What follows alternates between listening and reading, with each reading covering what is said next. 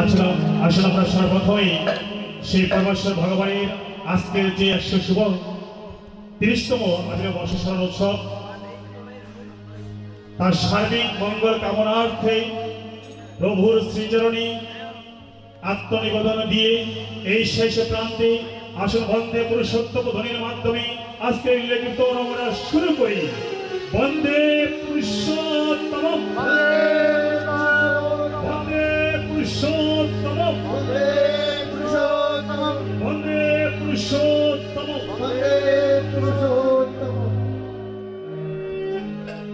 এখানে একটা জিনিস জ্ঞাত হয়ে গেছে। আগে বলেছিলাম শ্রবণ শক্তি বাড়িয়ে দেওয়ার জন্য শ্রবণ শক্তি ঠিক আছে, কিন্তু অন্যগুলো মনে হয় একটু ডাউন হয়ে গেছে। সুরময়ী মায়েদের একটা বড় যন্ত্র আছে, যে যন্ত্র না বাজলে পরে কোনো পূজা হয় না, জানেননি সেটা?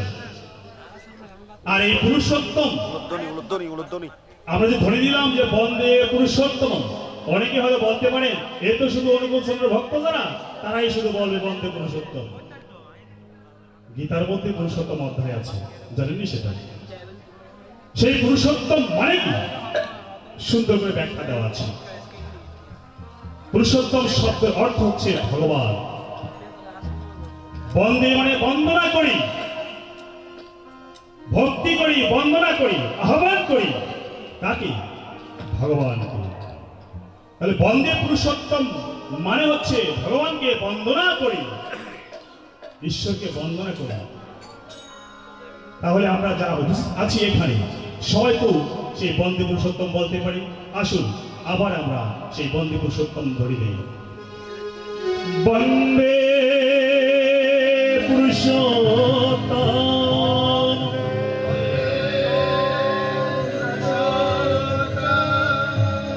বন্দে পুরুষোত্তম,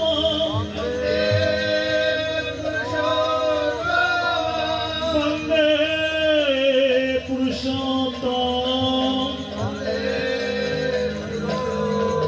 বন্দে সদগুণ।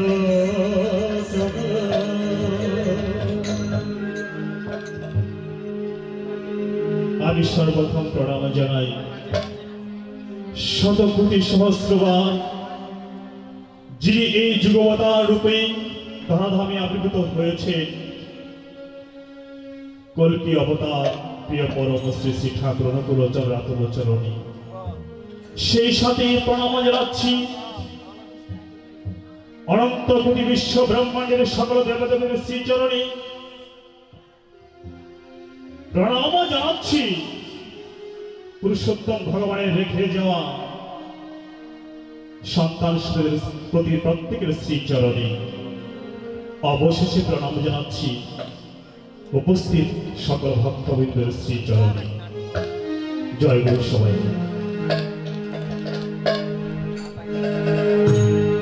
শুরু করার আগে একটু বলছি, বিমানে দুটি পাকা থাকে, ডানা থাকে। একটি ডানা হচ্ছে যজন, আরেকটি হচ্ছে যাজন। আর মাঝখানে যে ইঞ্জিনটা থাকে মোটিভ ফোর্স মানে তড়িৎচালক শক্তি সামনে এগিয়ে নিয়ে যায়, সেটা হচ্ছে ইষ্টবৃত্তি। এই যজন যজন ইষ্টবৃত্তি নিয়ে আসুন এই বিমানের মতো করে আমরা আজকের এই লেখাটা সমাপ্তি জানি। জয় রাধা।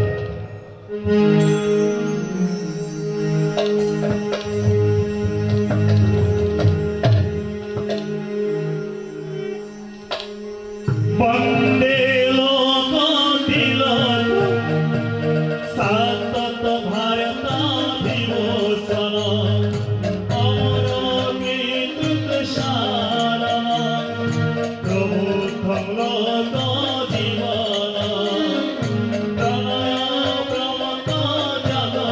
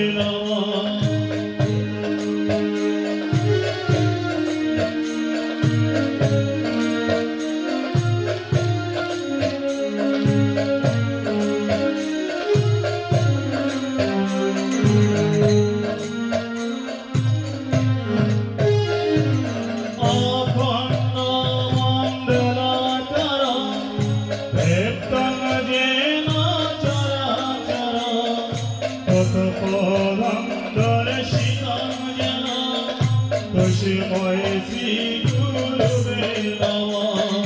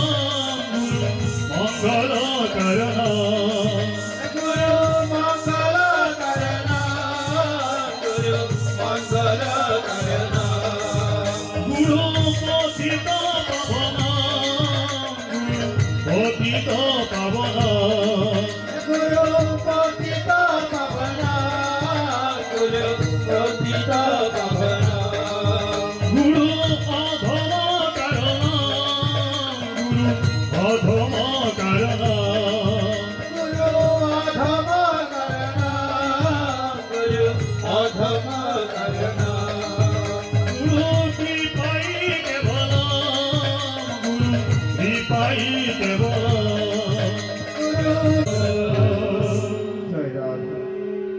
হ্যালো বেশ একটু বেস্টে বাড়িয়ে দাও বেস্টে একটু বাড়িয়ে দাও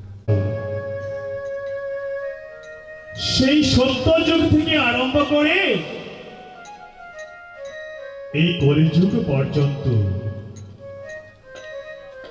সেই দয়াদেশ থেকে চৈতন্যময় পুরুষ বারবার আসিতেছে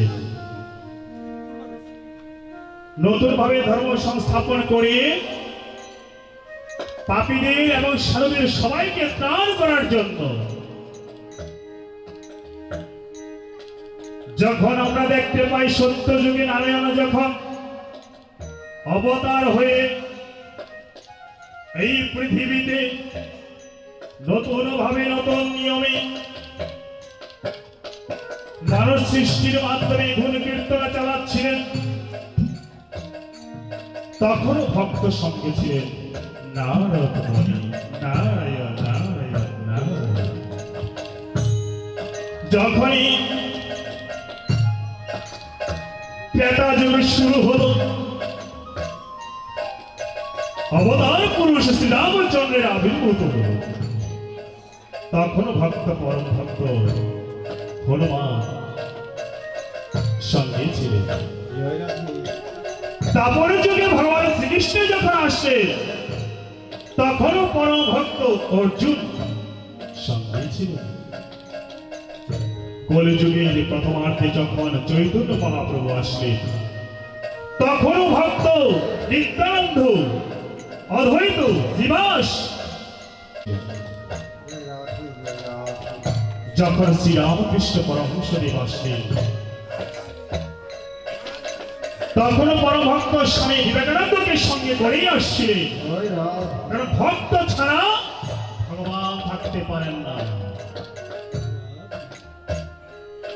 তাই তো এই কলিযুগের শেষ প্রান্তে কল্কি অবতার রূপী বাংলাদেশের পাবনা জেলার হিমায়তপুরে মহামানব যুগবতার শ্রী শ্রী ঠাকুর অনুকূলচন্দ্র যখন আসছে, তখনও পরম ভক্ত কিশোরী মোহন দাস, অনন্তনাথ, দুর্গানাথ, সুরেশচন্দ্র গোস্বামীর মতো আরো অনেক ভক্ত পরম ভক্ত ছিলেন পার্শ্ব। ভক্ত ছাড়া ভগবানের লীলা কখনো হয় না। তাই শ্রী ভক্ত সজ্জন আজকে যে লীলা কীর্তনের দিব্য জীবন কাহিনী বলা হবে, তাই ভক্তকে কেন্দ্র করে কিভাবে কর্মদলের সান্নিধ্যে এসেছিলেন, সেই পরম ভক্ত হচ্ছে সতীশচন্দ্র গোস্বামী। বিভিন্ন জায়গায় বিভিন্ন ভাবে পরিবেশন করা হয়। আপনাদের এই জায়গায় আমি নতুন, এর পূর্বে চন্দ্রগোনা গিয়েছিলাম দুবার, চিটাগাং মেন মন্দিরেও বিরাজিত পারো গিয়েছিলাম। আমার একটা ছোট্ট অভ্যাস আছে, এইবার যেখানে এই পালাটা করছি, সামনে বার এই পালা হবে না, যদি কৃপা হয়। ভিন্ন ধরনের, এটা আমার ক্ষুদ্র অভ্যেস। চেষ্টা করি নতুন কিছু দেওয়ার জন্য।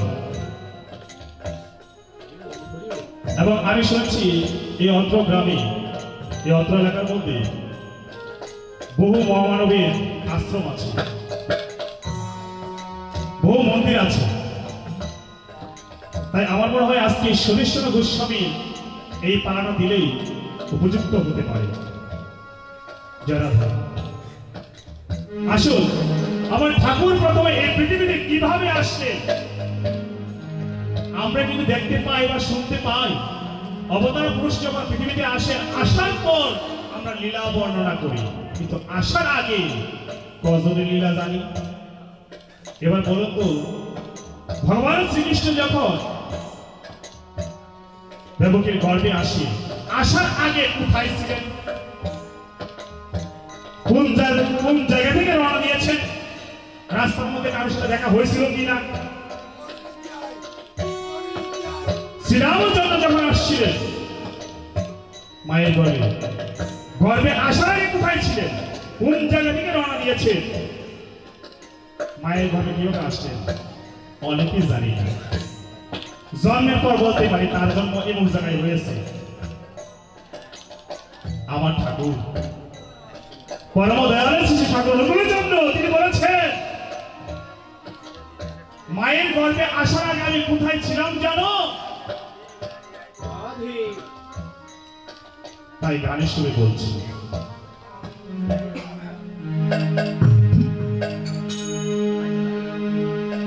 এলো হয়া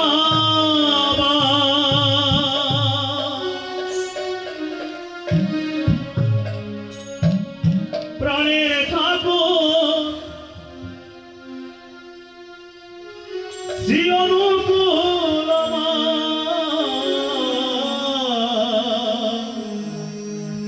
বাজারে তোরা শঙ্খ বাজার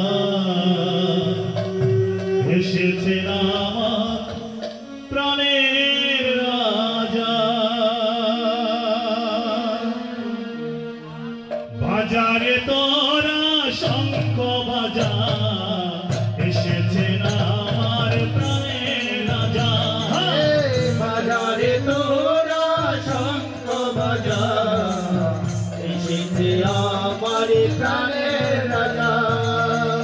বাজারে তোরা শঙ্খ বাজার এসেছে আমার প্রাণের রাজা। রাস্তাদাম থেকে আসলেন ঠাকুর সূর্য গ্রহ লোকে। রাস্তাদাম থেকে আসলেন ঠাকুর সূর্য গ্রহ লোকে। কোটি কোটি নক্ষত্র তারা পূজেন শ্রী চরণে। কোটি কোটি নক্ষত্রতারা পূজেন শ্রী চরণে। তাহলে দেখুন ঠাকুর কোথেকে আসছে? দয়াল দেশ, চৈতন্য দেশ, সে রাজধাম থেকে রওনা দিয়েছেন মায়ের গর্ভে আসার জন্য। এই পৃথিবীর বুকে যখন সেই সূর্য লোক দিয়ে আসিতেছিলেন, সূর্যদেব বলছে, প্রভু প্রভু আপনি পৃথিবীতে যাচ্ছেন, আপনি দয়া করে আমাদের সূর্যকে কিন্তু চরণধরে নিয়ে যান, আমরা ধন্য হব। তাতে সেই ঠাকুর আমার সূর্যলোকে ঈদ করলেন, ভিতরে ঢুকে পড়লেন। সেখানে কোটি কোটি নক্ষত্র তারা সূর্যদেব সহ চরণধুলি সেবন করেছে। ওই সূর্যলোক থেকে তারপরে সোজাসুজি মায়ের গর্ভে ঈদ করলেন। তাই তো বলছে, ওই সূর্য লোক থেকে এলেন ঠাকুর গর্ভে মাতা। ওই সূর্য ধরে গর্ভে মাতা। বাজারে তোরা শঙ্খ বাজার এসেছে আমার প্রাণের রাজা। বাজারে তোরা শঙ্খ বাজার এসেছে আমার প্রাণের রাজা। তখন কি এক ঘটনা ঘটলো জানেন? যখন মায়ের গর্ভে আসছে, আমরা জানি যে মায়ের গর্ভ থেকে প্রত্যেকেরই ওই 10 মাস 10 দিন পার হলে এসে যায়, ভূমিষ্ঠ হয়ে যায়। আমার ঠাকুর ওই 10 মাস 10 দিন পার হলো, তবু ভূমিষ্ঠ হচ্ছে না। তখন কি এক ঘটনা ঘটলো? তখন এক জটাধারী সাধু গৃহেতে আসলে। তখন এক জটাধারী সাধু গৃহেতে আসলেন।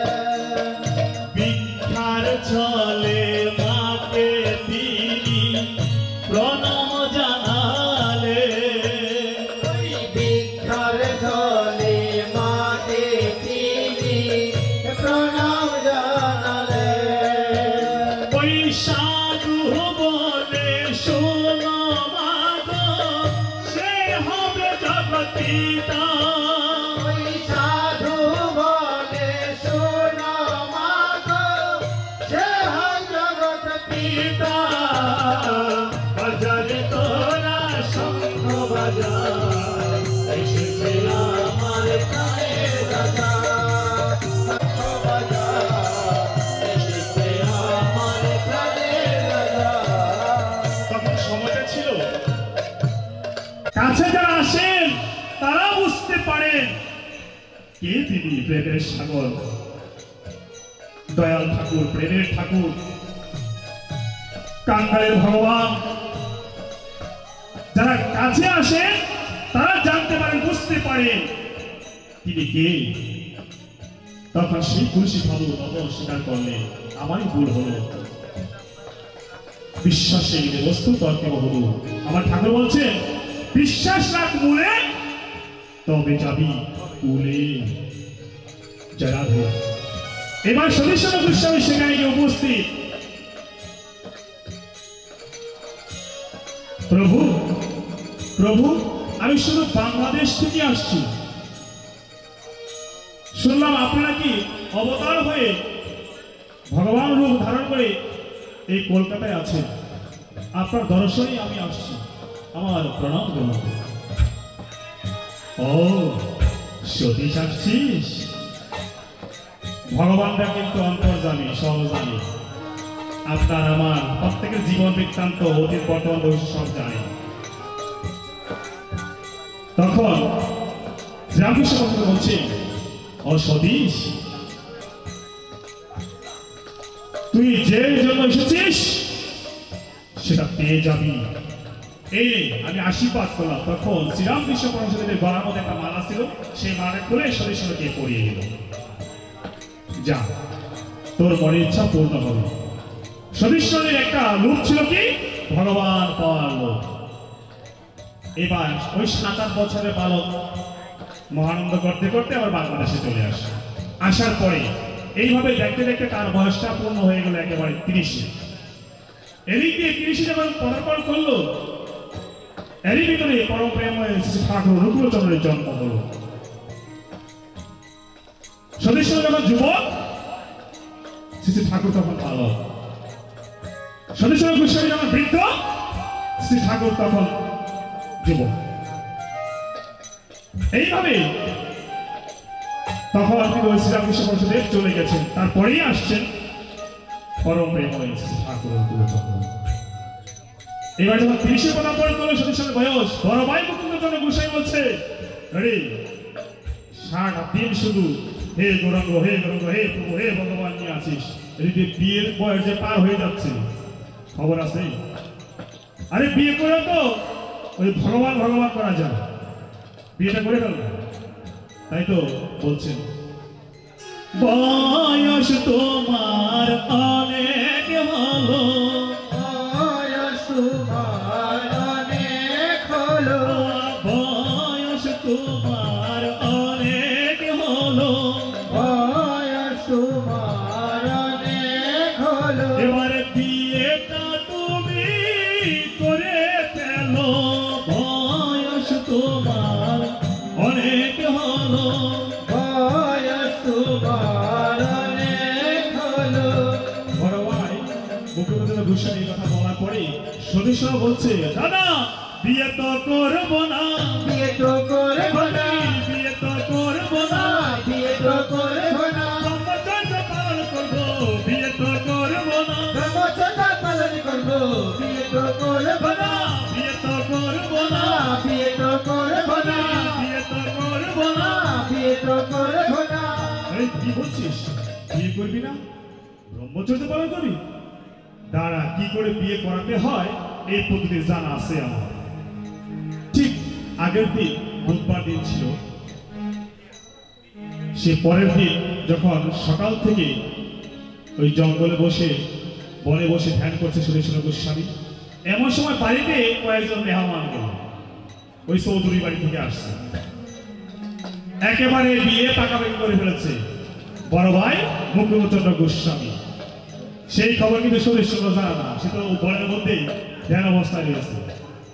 সন্ধ্যার সময় যখন সদস্য গোস্বামী আসলো, এসে দেখো কি ব্যাপার, বাড়িতে এত আয়োজন মনে হচ্ছে, ঘটনা কি? এমনি মা বের হয়ে বলছে, আরে সতীশ, তোর বিয়ে কিন্তু একেবারে পাকাপাকি করে ফেলছে। এই আগামীকাল শুক্রবার দিন ওই ইন্দুবাসীর সঙ্গে তোর বিয়ে হবে। কি বলছো মা? মা কি বলছো? শেষ, আমার দ্বারা আর ভগবান পাওয়া যাবে না, আর হবে না। বিয়ে করাই দিলে আসক্ত হয়ে যাব, আর ব্রহ্মচর্য ওইগুলো করে তপস্যাটা কিচ্ছু হবে না, ওই জপ্ত হবে না। এইভাবে একদিকে দাদার এবং মায়ের সম্মান দিয়ে পাকামি কথা দিয়ে ফেলছে, আরেকদিকে তার ব্রহ্মচর্য নষ্ট হয়ে যাচ্ছে। এই চিন্তা তার ঘুম আসছে না রাতের বেলা। ঠিক রাত্রিতে সতীশের একটা অভ্যেস ছিল, যা আমাদের আছে মনে হয়, যে ঘুমানোর আগে অবশ্যই ধ্যান করতে হবে। সে বিধান ঠাকুর শিখিয়েছে, জয় গুরু। আমি পেয়েছি যে ঘুমানোর আগে অবশ্যই ধ্যান করতে হয়। সেই সময় ধ্যান করছে, এমন সময় সেই দিব্য পুরুষ একজন এসে সতীশের মাথায় হাত বুলিয়ে বলছে, সতীশ, সতীশ, ভোগের দ্রব্য সম্মুখে রেখে ত্যাগের নামে ত্যাগ, নতুবা ত্যাগ ভ্রান্তি মাত্র। যখন এই কথা বলছে মাথায় হাত বুলিয়ে, সতীশ চিন্তা করলেন, হ্যাঁ ঠিকই তো, ভোগের দ্রব্য সম্মুখে রেখে ত্যাগের নামে ত্যাগ, নতুবা ত্যাগ ভ্রান্তি মাত্র। বিয়ে করব কিন্তু আসক্ত হইব না, তাহলে তো সমাধান। এইবার পরদিন বলছে, হ্যাঁ দাদা, ও মা, আমি বিয়েতে রাজি আছি, আমি বিয়ে করব। এবার ধুমধাম করে বিয়ে হয়ে গেল। বিয়ে হওয়ার পর তার মতো ছটফট করতেছে, ভগবান কোথায় আছে, শান্তি পাচ্ছে না। তাই মায়ের কাছে গেলেন, ও মা, মা গো, আমার মনটা কেমন জানি অশান্তি অনুভব করছে, শান্তি পাচ্ছি না। শুধু ভগবান ভগবান পাওয়ার একটা মুখ এই ভিতরে, কিছুতে তাকে স্থির করতে পারছি না। তাই প্রতিজ্ঞা করছি, মা, আমি আজকে থেকেই ওই তীর্থ ভ্রমণে বের হব। আমি দেখবো কোন ধামে আমার গোবিন্দ, আমার ভগবান আছে। যদি দেখা পাই তবেই ফিরবো এই গৃহে, দেখা না পেলে ফিরবো না এই ঘরে। যখন আমরা ঘর থেকে আসি, মাকে ভক্তি করি তো, পিতাকে ভক্তি করি তো, যে কোনো উৎসবে সংকীর্তনে বা ঘর থেকে বের হওয়ার সাথে সাথেই মাকে ভক্তি করতে হবে, তাই না? পিতাকে ভক্তি করতে হবে। অনেক সময় বলবেন, আমার কিন্তু ওই সময় ঘরে ছিল না, মাতা তো ঘরে ছিল না। তার উপায় আছে, সেই উপায়টুকু ঠাকুর দিয়েছে। যদি পাশে না থাকে, মন্ত্র পাঠ করবে, পিতা স্বর্গ, পিতা ধর্ম, পিতা হি পরমন্তম, পিতরে প্রীতি মাপনে প্রেমতে সর্বদেবতা। বাস, পিতা যে জায়গায় থাকবে ভক্তি পেয়ে যাবে।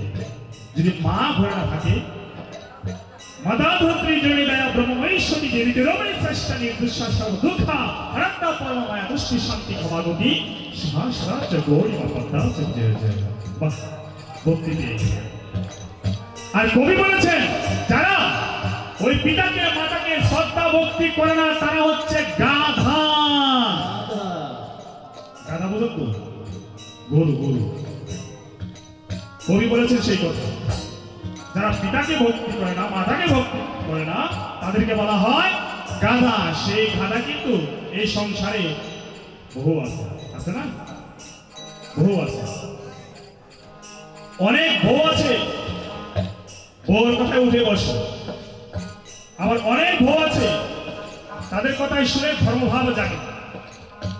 হ্যাঁ, এবার দেখুন কবি কি বলছে, কে বলে বাংলাদেশে নেই কোনো গাধা, কে বলে বাংলাদেশে নেই কোনো গাধা, কে বলে বাংলাদেশে নেই কোনো গাধা, কে বলে বাংলাদেশে নেই কোনো গাধা, কে বলে ভারতবর্ষে নেই কোনো গাধা, কে বলে ভারতবর্ষে নেই কোনো গাধা। এইভাবে কিন্তু গাধা বহু আছে।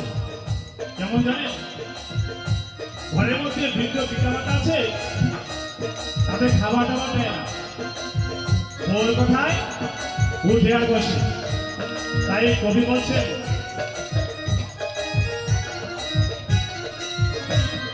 বাবা আমাকে দেয় না খেতে, বই কোথায় নাচে।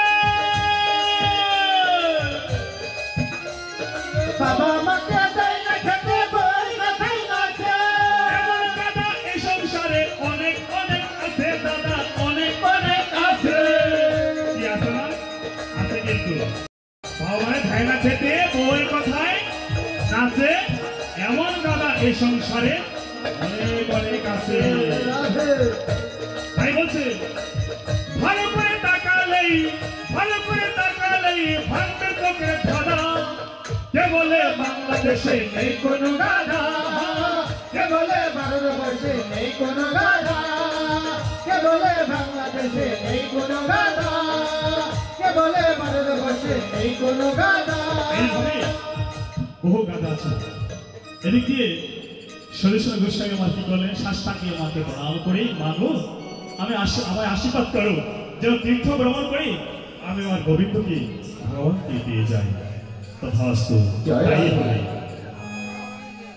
এইবার চললেন কোথায়? বৃন্দাবনে যাবেন। বৃন্দাবনে যেতে হলে তখন বাজিতপুর স্টিমার ঘাট থেকে উঠে যেতে হয়। সেই বাজিতপুর স্টিমার ঘাটে যখন গেলেন, দেখলেন যে সেখানে স্টিমার 1 ঘন্টা পরে আসে। সেখানে একটা বাড়ি দেখতে পেলেন। ঘরে ঢুকে ভোগের দ্রব্য সম্মুখে রেখে ত্যাগের নামে নতুবা এক ভ্রান্তি মাত্র। বিদ্যুৎ বেগে ঠাকুর অনুকূল চন্দ্র এসে বলছে, ও দাদা, জয় রাধে। দাদা আপনার অপেক্ষায় থাকবো দাদা। এই বলে ঠাকুর বিদ্যুৎ বেগে চলে গেলেন। কৃষ্ণ গোস্বামী বৃন্দাবনে গেলেন। সেখানে গিয়ে গৌর সুন্দরের ডাকছে। যখন চোখ বন্ধ করার পর সাথে সাথে ওই দিব্য চোখ খুললেন, দেখেন যে গৌরাঙ্গ মহাপ্রভু ঠাকুর অনুকূল চন্দ্র। ভিতরে ভয় হারি না জানি আমার গৌর সুন্দর আমার আছে। তাই তো বলছে,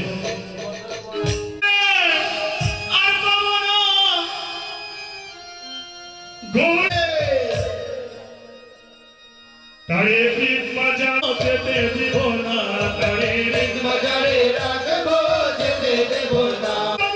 গৌর সুন্দরকে এই স্থানটা আমার পরিবর্তন করতে হবে। এই স্থানটা আমার পরিবর্তন করতে হবে। দিলেন বৃন্দাবন কৃষ্ণ লীলা করেছিলেন। তাই এবার কৃষ্ণের এক মূর্তি দিয়ে বলছেন, মাধব এসো গিরিধারী। এসো এসো মাধব, এসো গিরিধারী। কি ব্যাপার, চোখ বন্ধ করলে আমারও সেই